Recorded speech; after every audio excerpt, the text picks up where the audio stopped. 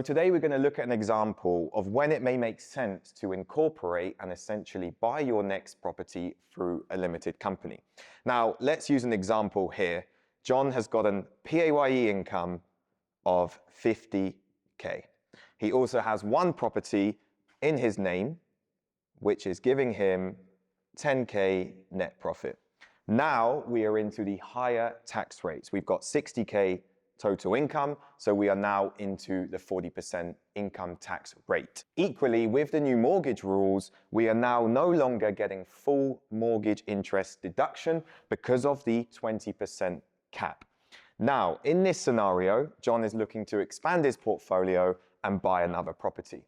If we were to get one more property, which also gave another 10K of net profit, we would be looking at around a 4K tax bill, right? 40%, nice and simple.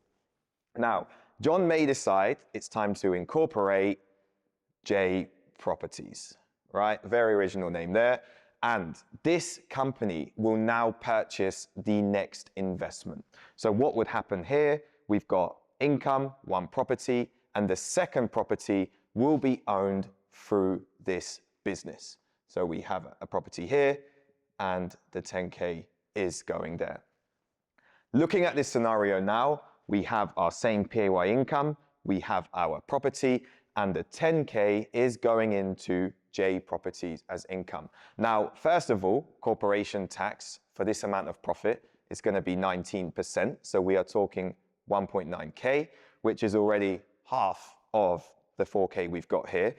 Equally, depending on if there's a mortgage on this property or not, this 10K can probably be further reduced by a couple of £1,000 depending on what the mortgage is.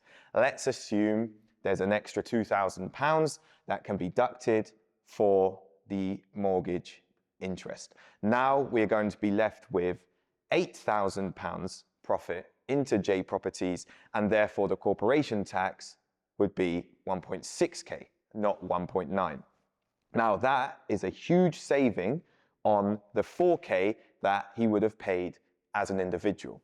Now, in this situation, to acquire this additional property, John would have had to have sent money to J Properties to fund this purchase. So let's take an example that the property was purchased for £200,000, right? So this property, 200K. Now, typically in the UK, you've got a 25% deposit. You're going to have some stamp duty, some legal fees, some admin. Let's say that John sent 65K to the business.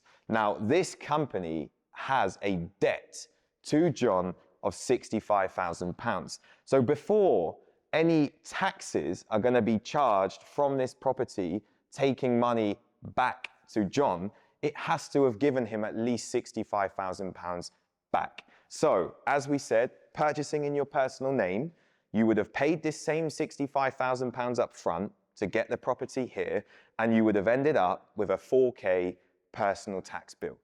Buying it through a company, you sent the same money, you spent the same 65K, but you sent it to the company. You have now ended up with a tax bill of less than half of what you've got here, and you can start to extract this 65K back as you get rental income at 0% tax, because it's essentially a loan repayment. Therefore, if you are in this situation, you have income of 50K or more, you have one property or even no properties, then your next purchase should be through a limited company to ensure that you are not left with this large tax bill.